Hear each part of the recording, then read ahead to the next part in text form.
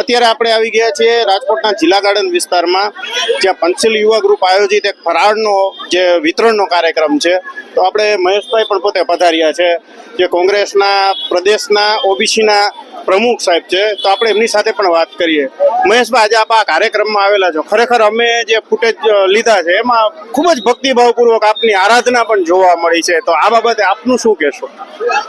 જે રીતે પંચશીલ ગ્રુપ દ્વારા દર વર્ષે શ્રાવણ માસની અંદર શ્રાવણ માસના દરેક સોમવારે અહીંયા ફરાળ પ્રસાદ કરાવવામાં આવે છે અને એ ફરાળ પ્રસાદની અંદર દર વર્ષે હું હાજર હોઉં છું અને દર વર્ષે દર સોમવારે દરેક વખતે હું હાજર જ હોઉં છું. એટલે જે રીતે જે ભાવનાથી આ બધું કરવામાં આવે છે એ એક આસ્થાનો વિષય છે અને આસ્થાથી તમે કોઈ પણ કાર્ય કરો એ તમારું પાડ જ પડે અને ભગવાન પણ તમારી સાથે હંમેશા રહેતો હોય છે. એટલે પંચશીલ ગ્રુપ દ્વારા હંમેશા આ આયોજન દર શ્રાવણ મહિનામાં ચાલુ રહીએ તેવી આપણે રામનાથ દાદાને અને સોમનાથ દાદાને પ્રાર્થના કરીએ. આપ મને ખ્યાલ છે કે આપ મહાદેવજીના અનન્ય ભક્ત છો, તો થોડું મહાદેવજી વિશે કંઈક કે તમારા શબ્દમાં કંઈક કહો.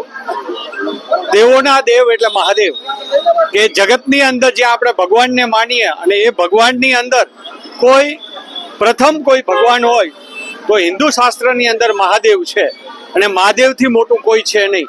વિષ્ણુ ભગવાન આ બધા છે, બધી જે રચનાઓ છે એ અલગ અલગ મહાદેવે જ પાડેલી છે કે કોને કયું કરવું. જેમ આપણે કુટુંબની અંદર એક ભાગ પાડીએ કે આ સંભાળશે આ સંભાળશે, એમ ભગવાન મહાદેવની જે આ પૃથ્વીની રચના છે, આ પૃથ્વીની અંદર જે છે એ રીતે એને વિષ્ણુ ભગવાન હોય કે કૃષ્ણ હોય કે દેવી દેવતાઓ જેટલા છે એના અલગ અલગ એમને સોંપેલા કાર્યો છે.